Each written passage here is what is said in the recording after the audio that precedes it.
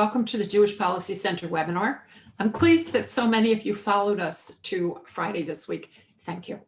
I am Shoshana Bryan, Senior Director of the JPC and your host. We have a large audience today, and I know that many of you are here because you've heard our guest, Aykan Erdemir, Senior Director of the Turkey Program at the Foundation for Defense of Democracies. And you know that if the question is Turkey, he has the answer. Before we go to Aykan, however, your JPC commercial. The Jewish Policy Center was established in 1985 as a 501c3, providing analysis of both foreign and domestic policies. You can find us on our website, jewishpolicycenter.org. There you can read our insight articles, our magazine In Focus Quarterly, and our blog In Context. See our pattern? You can also read our Alliance Tracker and Frontline Defense blogs. We support at the JPC a strong American defense capability, U.S.-Israel security cooperation, and missile defense. We support the legitimacy and security of Israel against anyone who would deny them.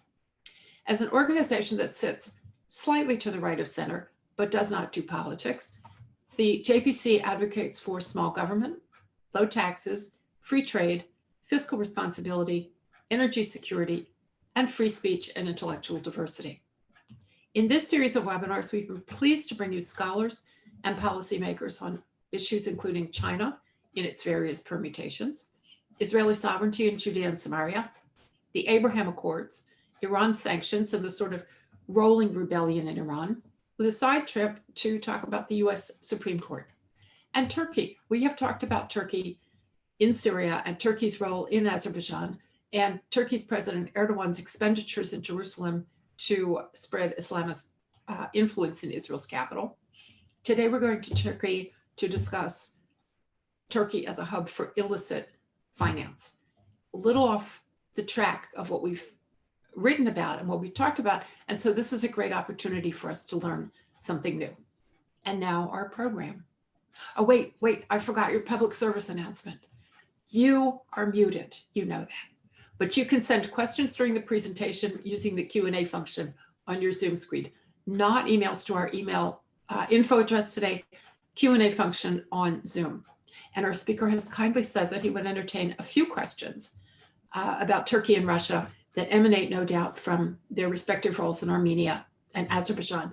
Q&A function, please. Now, our program. Aykan Erdemir is a former member of the Turkish Parliament who served in the EU-Turkey Joint Parliamentary Committee, which today sounds like an anachronism, EU Harmonization Committee, and the Ad Hoc Parliamentary Committee on the IT sector. An outspoken defender of pluralism, minority rights, and religious freedoms in the Middle East, Aykan has been at the forefront of the struggle against religious persecution, hate crimes, and hate speech in Turkey, which is why he's in Washington.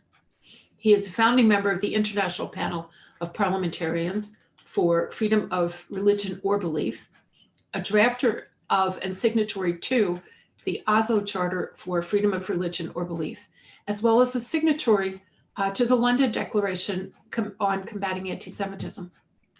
In recognition of his work on behalf of those who often cannot defend themselves, Aykan was awarded the Stephanus Prize. The Stephanus Prize, and I admit that I had to go and look this up, is a human rights prize awarded to individuals for their outstanding contributions to defending freedom of religion or belief as defined by Article 18 of the Universal Declaration of Human Rights. So that is a very big deal. A Harvard PhD, Aykan has edited 7 books, and he is co-author of one with the fascinating title, Antagonistic Tolerance, Competitive Sharing of Religious Sites and Spaces. That's one I think we have to read. He has also been a contributor to our own In Focus Quarterly magazine, for which we are very grateful. Aykan, the floor is yours. Thank you, Shoshana, for the kind invitation and the kind introduction. Turkey gives us pretty frequent opportunities to discuss sanctions evasion, terrorism, and illicit finance issues.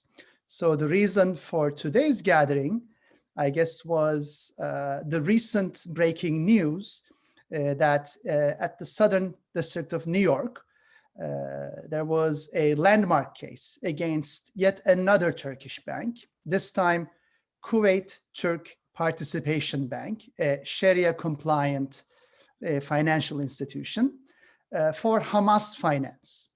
And that case goes back to the Hamas killing of the Henkin family and the subsequent court cases, first against Iran and Syria for facilitating Hamas's terrorist attacks, but then against this particular Turkey-based bank for facilitating transactions to Hamas and Hamas-linked entities. And I will try to situate this latest case, this landmark case, which the judge green-lighted to go forward, in the broader scheme of Turkey's sanctions evasion, terrorism, and illicit finance problems. Now, the take-home message from today's webinar is that Turkey probably is the most complicated case when it comes to illicit finance, because we are used to dealing with, rogue actors from Iran to Syria, to Russia, to Venezuela, to China. We're used to dealing with, illicit finance, money laundering, sanctions evasion, and terrorism finance. But we're not used to seeing a NATO member, one of the 30 members of the transatlantic alliance, as one of the leading permissive jurisdictions for such activity. And that, of course, for this audience, that shouldn't be surprising because we have discussed before how since 2002, that is since the rise of Recep Tayyip Erdogan's Islamist Justice and Development Party, the AKP, to power in Turkey, Turkey has been transforming. So after 18 years in power, this is a Turkey that is radically different from the Turkey that we left behind. Not that that previous Turkey was perfect, but at least, I always argue, when people do comparisons, it wasn't the second largest Hamas headquarters in the world. It wasn't Iran's main sanctions evasion partner. It wasn't the Maduro regime's key partner in evading sanctions and turning blood gold into hard cash, hard currency, and so on and so forth. So let me give you now a brief overview of what the illicit finance problem we see today with Turkey. So maybe the mother of all sanctions evasions is, of course, Turkey's role in Iran's sanctions evasion, especially at the height of the nuclear negotiations with Tehran.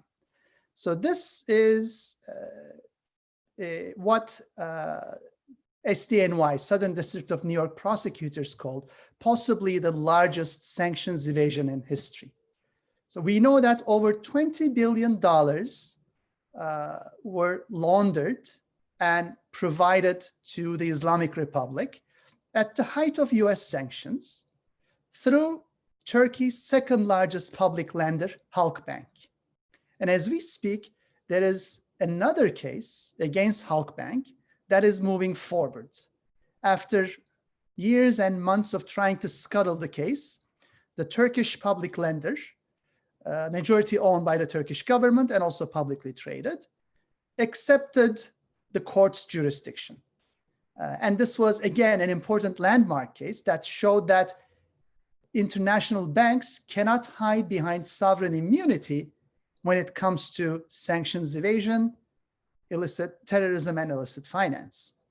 And what makes Hulkbank case particularly interesting is that it involved the entirety of the Turkish government. That is, it was Turkish President Erdogan who actually arranged for this bank to be the main instrument of Iran's sanctions evasion. 3 other ministers were involved, and Turkish ministers were involved, and on Iran's payroll. Turkey's Minister of Economy alone received over $50 million in bribes from Iran's ringleader, Reza Zarrab, who is now a state's witness and who's continuing to basically assist Southern District prosecutors to continue uncovering what is now, as we know, the largest sanctions evasion scheme in the history of the world. And why was it important? Because you might remember that the Iranian regime was on the verge of bankruptcy at the height of sanctions. And guess who bailed Iran out? No other than Erdogan. Again, the critical thinkers among you will say, wait a minute, that doesn't make sense. Turkey has been traditionally, since the Ottoman times, a counterweight to Iran and its predecessor, the Safavid Empire. And furthermore, there is the sectarian difference. Turkey is Sunni majority and Iran is Shiite majority, and they're competing for hegemony in the region for at least 500 years. So how is it that a Turkish government enables the Iranian regime? And that is a valid question and a complicated issue, because Erdogan comes from a line of Turkish Islamists who, albeit being sectarian and fiercely anti-Shiite, were also big fans of the Iranian Revolution and the Islamic Republic. So since 1979, Turkey's Islamists, including Erdogan, have looked up to Khomeini and the Iranian Revolution and the Islamic Republic as role models, as models to emulate. Hence, they have seen Iran as an ally in basically undermining the Western-led world order. So despite their differences, they have succeeded again and again to compartmentalize relations and find avenues of cooperation. So Hulkbank was, the biggest sign of this. And now we know, there was, and I strongly recommend for those of you interested to check OCCRP's recent exposés in September and October, which proved that Iran's sanctions evasion through Turkey started much earlier, as early as 2008, involved a greater number of individuals and entities, as well as a wider network of countries. So this shows that what we now know as Iran's nefarious sanctions busting activity is just the tip of the iceberg, that there were many more on Iran's payroll and doing Iran's dirty work, not just in Turkey, but around the world. Let me now move on to Venezuela, because this is, I think, an important case to prove to you that Turkey's illicit finance issue is not just motivated by, greed and personal corruption, but there is a key ideological element to it. And that ideological element, of course, is not just Islamism, given, Venezuela is a Catholic majority country and Maduro is no, patron of Islamism. But what brings the Erdogan government and the Maduro regime together is their shared anti-Western platform. So when the Maduro regime was in political and financial trouble, it wasn't China or Russia, it was Turkey, it was the Erdogan government that rushed to its aid. So almost all of the Venezuelan blood gold, that is gold mined under, horrible conditions using slave labor and destroying the rainforests, made its way to Turkey. And many of the clap schemes, the public handouts for loyalists worked through Turkey. And some of the money was laundered through Turkey, namely the Saab Network, which basically stole Venezuelan resources and channelized it to Maduro's loyalists.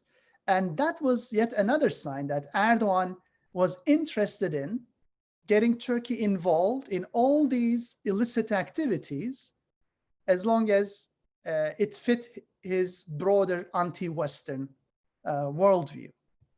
Now, there is another set of evidence that shows that Turkey is unique among NATO's 30 members, and that is the US Treasury's designations. Last year alone, in 2019, if you take a look at the designations issued by the Office of Financial Assets Control, OFAC, at the US Treasury, you will see that within 7 months, there were 3 series of designations against Turkey-based individuals and entities. Now, these were almost all terrorism finance designations.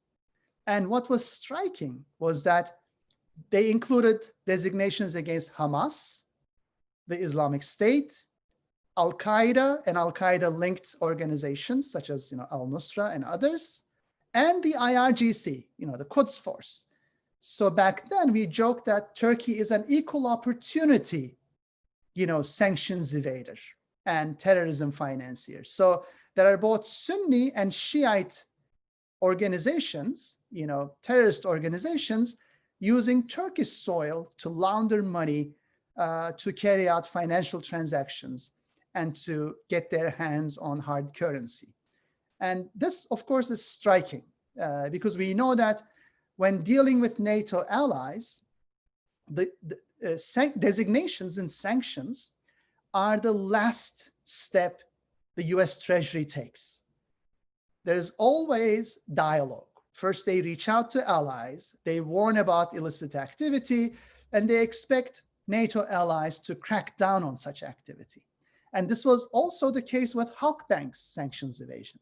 So from 2012 onwards, there were numerous visits to Turkey, and there were numerous meetings between Turkish and US officials to warn Ankara that what the Turkish government was doing, what Hulkbank was doing, was a clear breach of US sanctions against Iran. So the lawsuit against Reza Zarrab, the ringleader of Iran's sanctions evasion, and the subsequent lawsuit against Deputy General Manager of Hulkbank, who was ultimately convicted to 32 months in prison for sanctions evasion, came much later, 2016, 2017. And now the Hulkbank case is going on as we speak. As you see, there is always a time lag between the US Treasury's first outreach to an ally to end sanctions evasion and the actual activity of a designation or a lawsuit. So that, in a way, shows how reckless, how committed, how dedicated the Erdogan government has been to busting sanctions. And in case you don't trust making inferences from actions, actually Erdogan makes life very easy for us analysts. He has been on the record numerous times stating that he does not recognize US sanctions, he's against such sanctions, and he will do his best to undermine them. So he has been repeatedly on the record, even when he ultimately caved in under pressure from the Trump administration and ended Turkey's oil imports from Iran. He was still on the record trying to undermine sanctions. And while he was ending oil imports from Iran, he was also busy helping Venezuela bust sanctions. So the Erdogan government has always been looking for opportunities.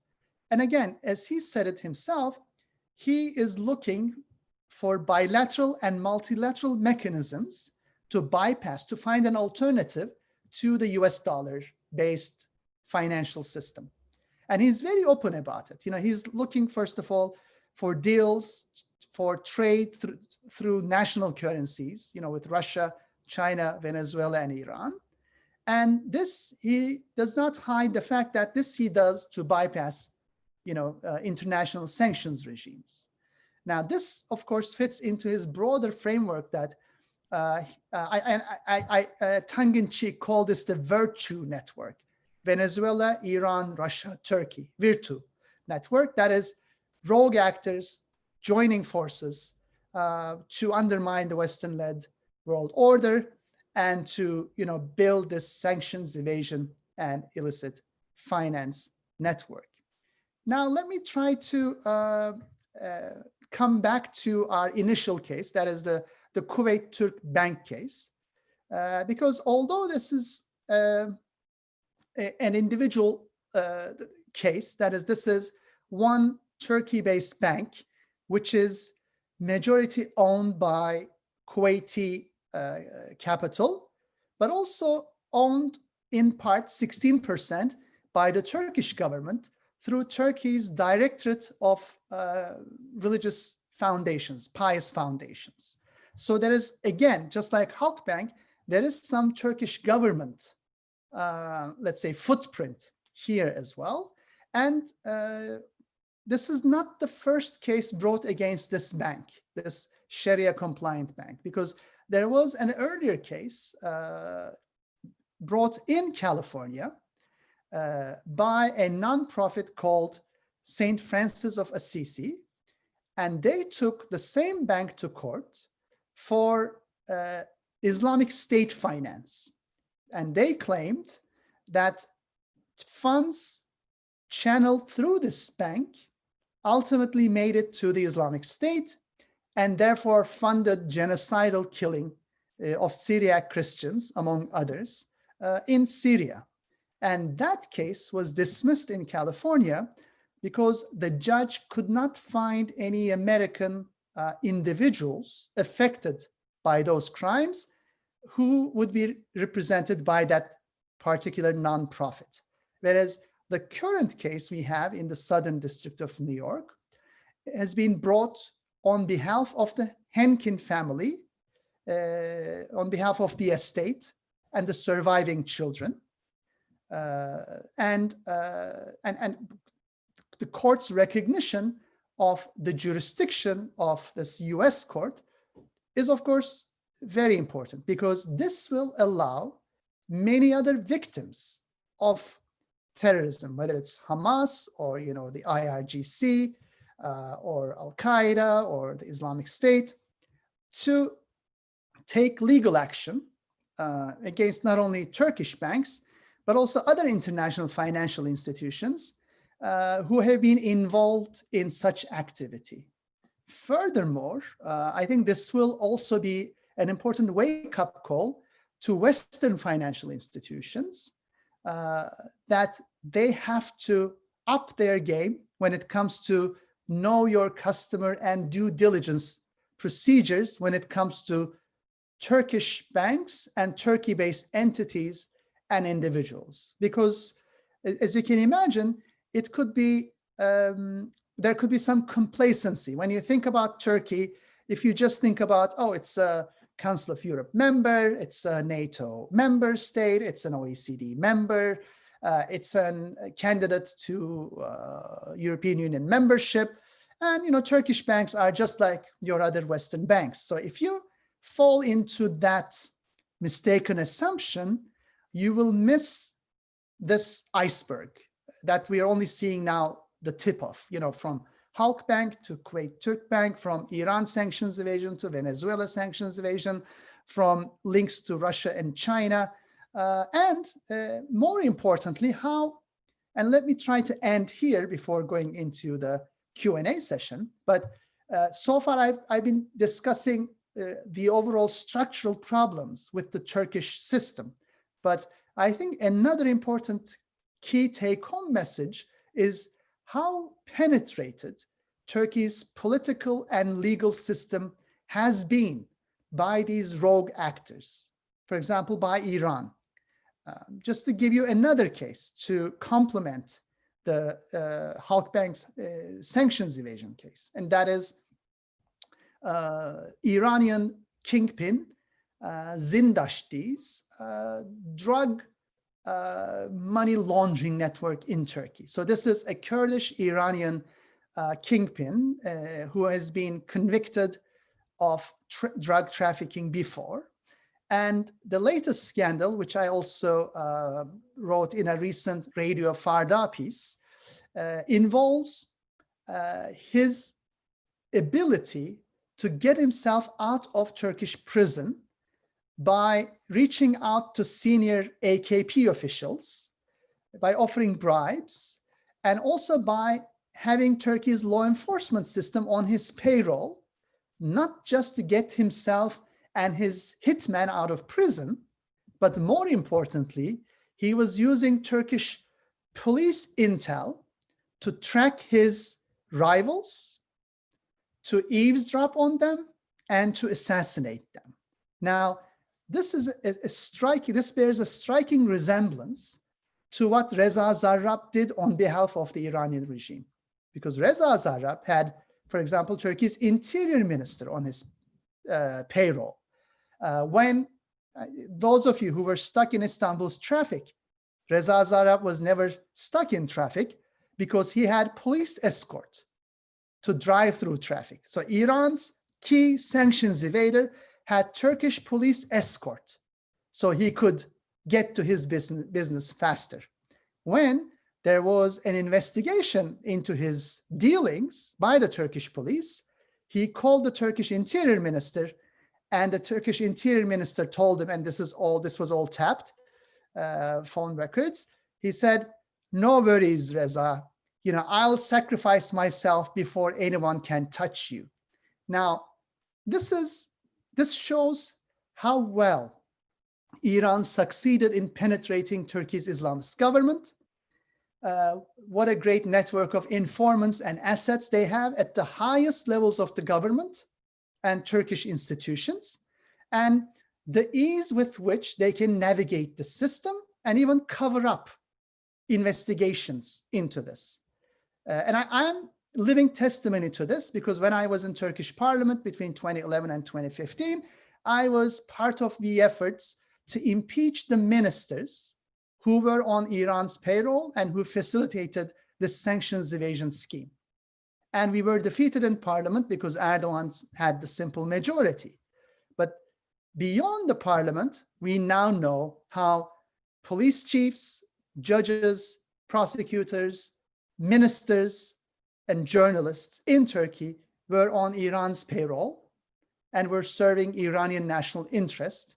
And to this day, all this network of Iranian assets have been enjoying impunity in Turkey. So the next time we think about Turkey, and the next time we think about Turkey's financial system, so my final comment for now is that we have to think about this plethora of sanctions evasion, terrorism, and illicit finance cases, to remember that this is not your average Western financial jurisdiction.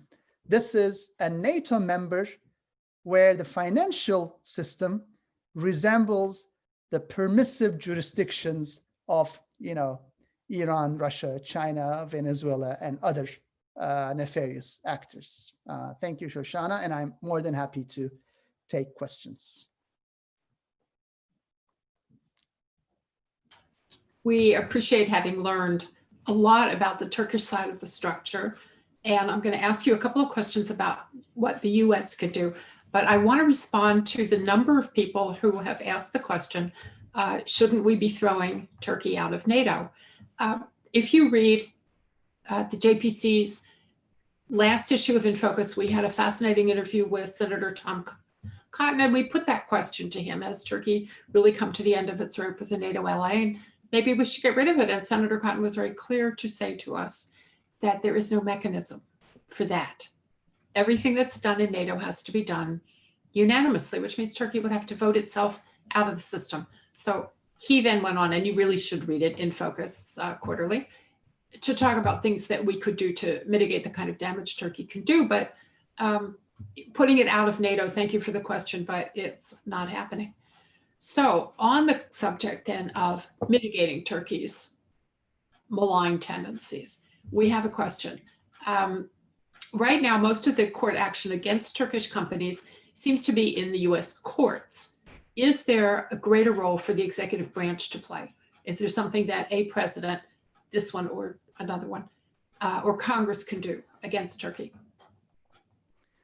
Now, pushback against sanctions evasion, illicit terrorism, and illicit finance can work at multiple levels. And I would argue it best works at multiple levels in a concerted fashion. And as a transatlanticist, I would also argue that it should also work in a transatlantic fashion, because from history, we know that the best set of incentives and disincentives against Turkey have worked effectively when it was coordinated US and EU action. I know today this sounds more like fantasy. You know, there is quite a large gap, and there's a lot of kind of navel gazing within the European Union, and Brussels often appears to be, you know, in the appeasement mode when it comes to the Turkish government. But nevertheless, I would strongly encourage both kind of interagency cooperation within the US as well as transatlantic cooperation. Now, when it comes to different levels of the pushback, of course, courts matter enormously. Under the Trump administration, I think we have seen a very effective maximum pressure policy against Iran. So there was, you know, Tehran had a clear message that the United States meant business, and even had to roll back some of its activity in the Middle East because it was basically, it had little access to cash. But when it comes to maximum pressure campaign, I would argue that the weakest chain of that campaign was Turkey. The weakest chain was actually Hulkbank, because although Reza Zarrab was arrested in 2016, became state's witness, and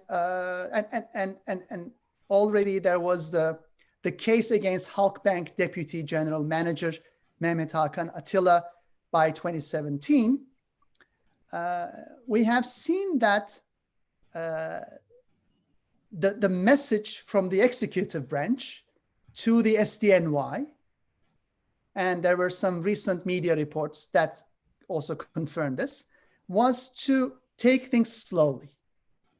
And this, to this day, is a big question mark to me, meaning how come an administration that pushed maximum pressure against Iran, when it comes to the Erdogan government and Halkbank, was extremely lenient and tolerant?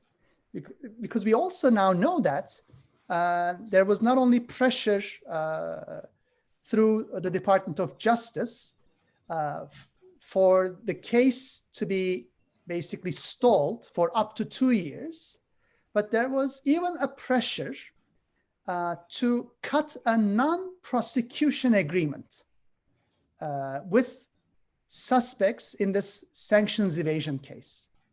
And had it not been for the pushback from the Southern District of New York, all of the Turkish and Iranian suspects involved in the Halkbank sanctions evasion scheme could have received a judicial immunity.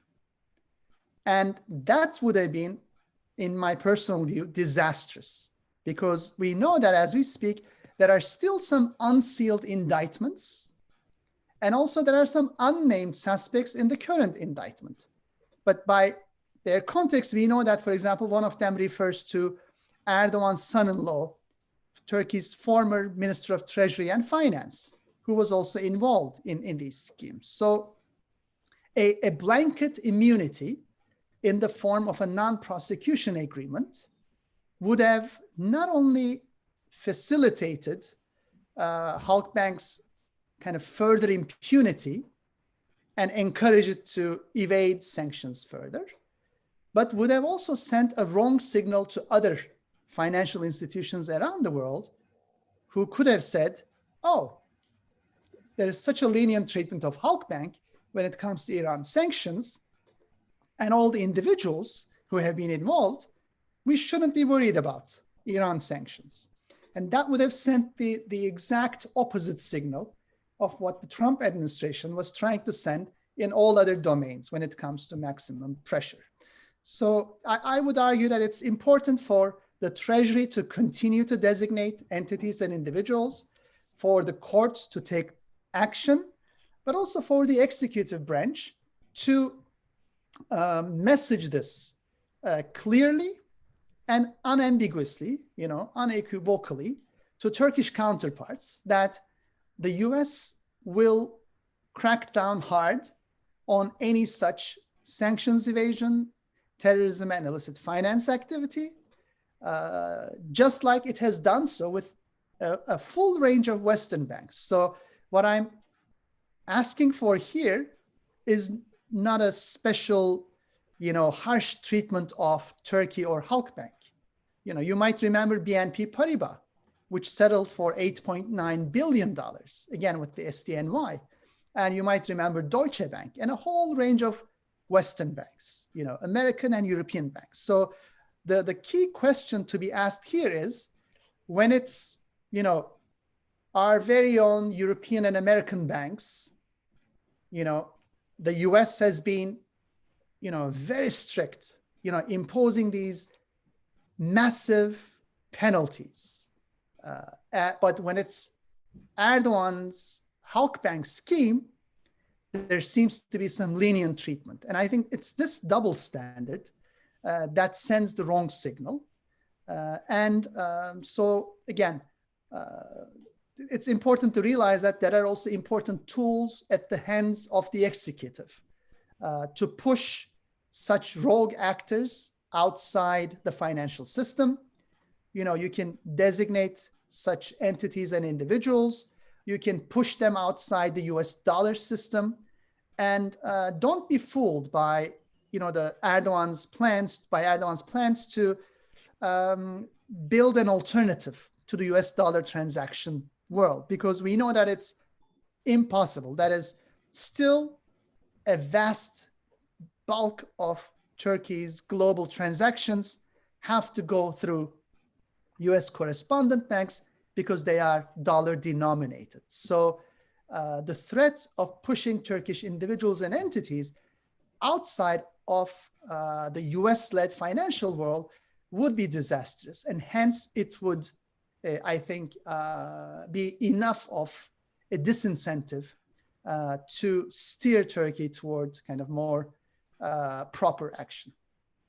So you mentioned that these things are best done in cooperation, transatlantic cooperation, but the EU is pretty far behind the United States in designating terrorist organizations, designating terrorist individuals. Would it be helpful to us if they would pick up the pace so that their designations come closer to ours? There's still some concern on their part that Hezbollah may not be a terrorist organization, or at least the political wing may not be. So would it help if they stepped up the designations of terror organizations and individuals?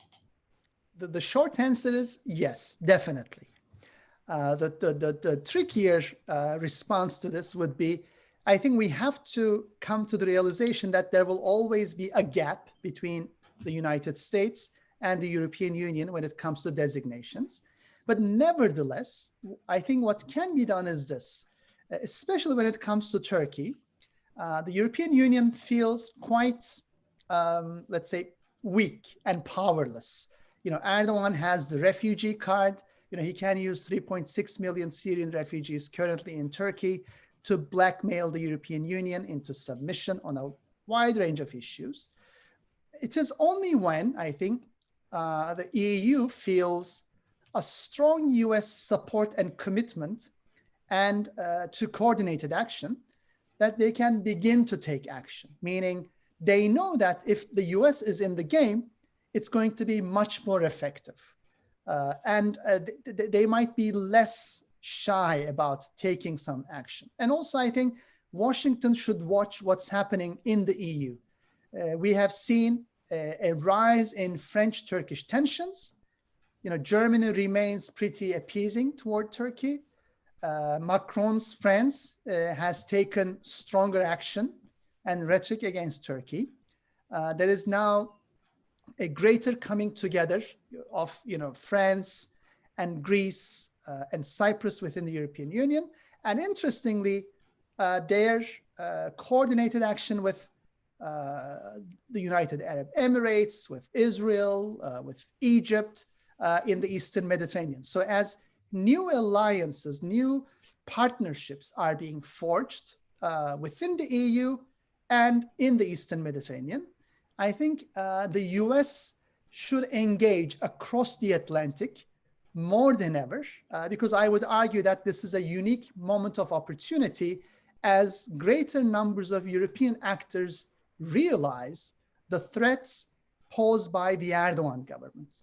Because when that threat was in the Middle East, in Iran and elsewhere, there was little attention in the European Union. But now that Erdogan is able to stir up trouble within Europe through Turkish and Muslim diasporas, now that Erdogan has been fueling anti-Western and Islamist rhetoric within the European Union, I think there is a greater recognition that this is no longer just a threat to Turkish citizens in Turkey, but this is also a threat to Europeans within the European Union.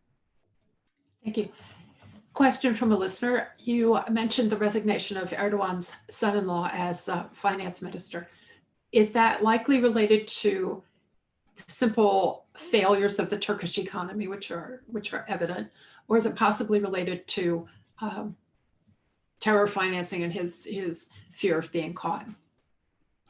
Again, that's a great question, and sadly, I don't have the answer because everyone has been digging into this scandalous resignation last week. It was such a bizarre resignation. He issued it via Instagram, and it took Turkey's pro-government media almost 2 days before they could report on it. And no one knew whether Erdogan would accept it. And there were a ton of rumors, flying around, whether this was just an intra-family feud, whether this was corruption linked, whether this was, sanctions evasion, Hulkbank linked, whether this was simply economic failure. And the minister himself, Erdogan's son-in-law, claimed it was for health reasons. So to this day, we don't necessarily know what really prompted it. But one thing is certain, he was the worst minister since the establishment of the Turkish Republic, if we're just simply talking about macroeconomic indicators. So Turkey's foreign exchange reserve is now in the red. Inflation is up, unemployment is up, and there has been capital flight from Turkish assets. So the prospects of Turkish economy are horrible. But we know that in an authoritarian regime, that is no grounds for resignation. You can fail your way all the way up to the top. In fact, until recently, many assumed Minister Albayrak would succeed President Erdogan. But it's important to also remember that Albayrak has been watching the Hulkbank case closely. Not only him, but also Turkey's central bank governor, who was removed from his duties the day before. Albayrak resigned on Sunday. Central bank governor was removed from his post on Saturday. And what was his post at the height of Iran's sanctions evasion? He used to be another deputy general manager at Hulkbank. So he also was implicated by nature of his senior management role in the bank at the height of the bank's sanctions evasion activity. And there was at least one instance where he canceled a trip to Washington, according to Turkish media rumors, because he feared that he could end up just like his colleague, the other deputy general manager, who was arrested during a trip to the US and who was tried and then convicted to 32 months. So this is, again, a developing story that we are watching, but there is clearly a growing unease and worry on the part of the Erdogan inner circle, because they feel that they might be part of some of these sealed indictments at the Southern District of New York.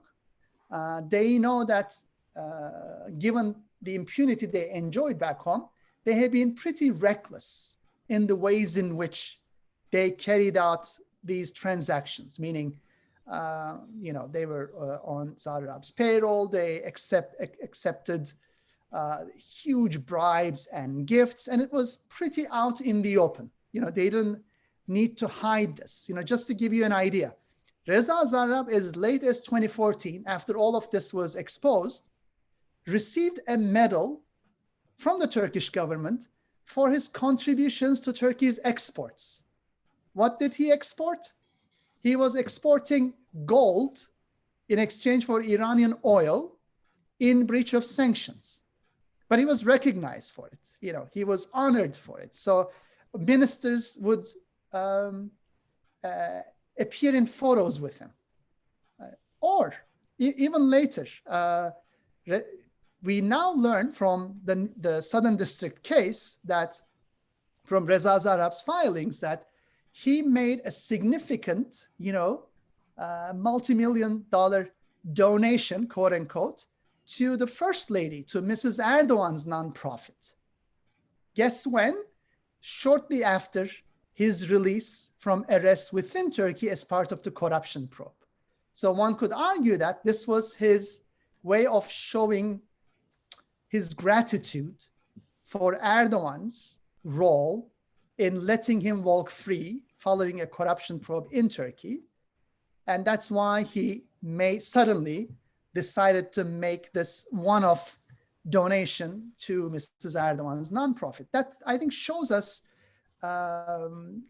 how deeply exposed Turkey's political class has been and why they have legitimate concerns to fear US prosecution. So this raises two questions from our listeners. The first is, Turkey has an election coming in 2023. The first question is there any chance that it's going to be a free and fair election? And secondly, how do you see the longevity of the Erdogan regime? If all of this material is out in the public, how do you see the government persisting in the future? Again, now under Turkey's amended executive presidential system, elections combine presidential elections with parliamentary elections, with national parliamentary elections. And currently they're scheduled for the summer of 2023. And of course, that would be a landmark election because it's the 100th anniversary of the Turkish Republic. And within Erdogan's rhetoric, that anniversary is crucial because he has never hidden the fact that he would like to radically transform the Republic by its 100th anniversary. And we all know what he means by radically transforming. He would like a return to kind of a sectarian Islamist, kind of Turkish Muslim dominated supremacist, exclusivist regime. Now, in the polls, let me give you both the good news and the bad news. The good news is Erdogan has never polled this low ever since his rise to power in 2002. So clearly, the economic mismanagement and corruption have taken a toll. So now we see the AKP in the 30+% range for the very first time. The bad news is there's still a significant level of undecided voters, and Erdogan has successfully cut a deal with Turkey's ultra-nationalists, with the pan-Turkist far-right ultra-nationalists. And when you combine the two, they still have a shot of getting near 50%. Back in 2019, last year, we have seen how Turkey's divided, fragmented opposition finally managed to come together and defeat Erdogan and his ultra-nationalist allies. So it was almost like a two-party election, meaning there were two major blocs competing, and the opposition bloc won municipalities, which now allow them to control 75% of Turkey's GDP and 50% of Turkey's population, including the largest cities, Istanbul, Ankara, Izmir, and the tourism capital, Antalya. Now, that was quite a blow to Erdogan, and that foreshadowed that Erdogan is on a path to lose the presidential cum parliamentary elections.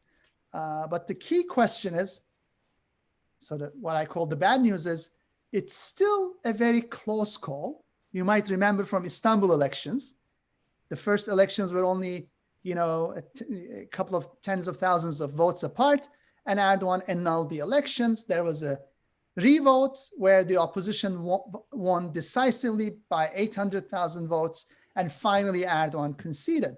But so in the run-up to 2023, or maybe if there is an early election before then, what I can tell you is it will again be a hotly contested election, possibly quite close, given Erdogan controls 95% of the media, has completely silenced the opposition, has imprisoned almost every single, and removed from office every single elected pro-Kurdish mayor, and outspends the opposition maybe 100-fold when it comes to campaigning. So I call them, Turkey's elections are neither fair nor fully free, but under what's called a competitive authoritarian system, the opposition still has a slight chance of winning elections.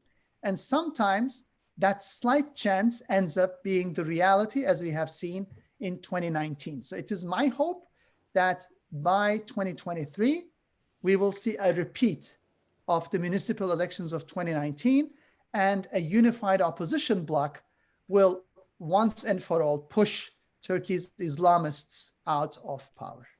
So it's always been our habit to try to end on a positive note, which you have given us here. I mean, there is still some hope that the democratic system will work and the Turkish people will vote and their vote will be recognized. I have one more good news question for you. And to those who sent in questions that didn't get answered during this webinar, some of these will be passed on to our guest, and perhaps we'll get an answer later in writing. So please don't take that as we didn't like your questions. We just don't have time for everything. But we do have a question here that is, what is the best book written on Erdogan's Turkey? Preferably in English. I think our questioner meant for it to be in English. Yeah.